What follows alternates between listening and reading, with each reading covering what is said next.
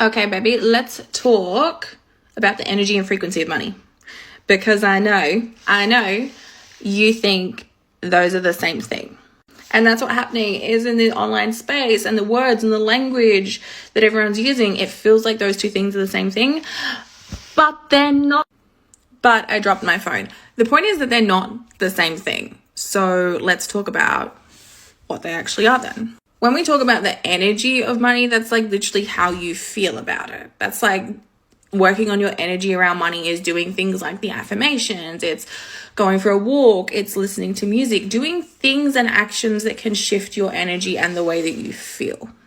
The frequency of money, she's a little bit different, right? The frequency that you emit is that vibration that you send out to the universe that's either vibrating wealthy woman or it's vibrating broke bitch that doesn't feel safe with money.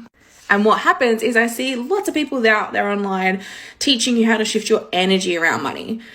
Because yes, working on the affirmations, taking care of yourself, listening to abundance frequencies, doing the journaling prompts will all have an effect on the frequency, but it's like the top 5% of the iceberg. There's so much more underneath that we actually need to work on to change the vibration that you put out around money at a consistent, safe, regular recurring thing. Because this is the thing, if you focus on just the energy, you feel good while you're doing the affirmations, you feel good while you're doing the meditation, and then at 2:00 in the morning when you have the panic attack about the electricity bill, the frequency is reset.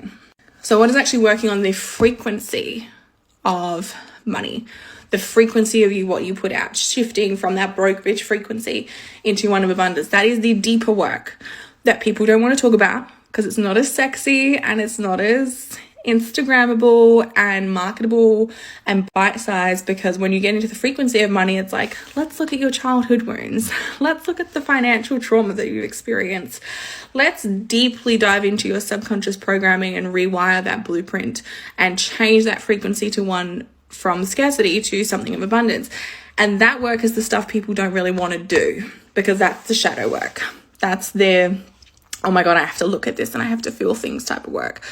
So that's why you'll find there is a lot of people out there promoting work around the energy of money, shift how you feel about money.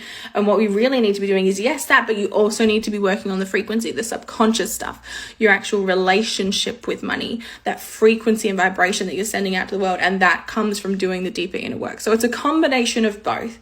And what you see is people marketing or promoting, well, that looked really sus, didn't it? People talking about one or the other. And there's very few people out there like me talking about how you put those two things together and how you can have massive shifts.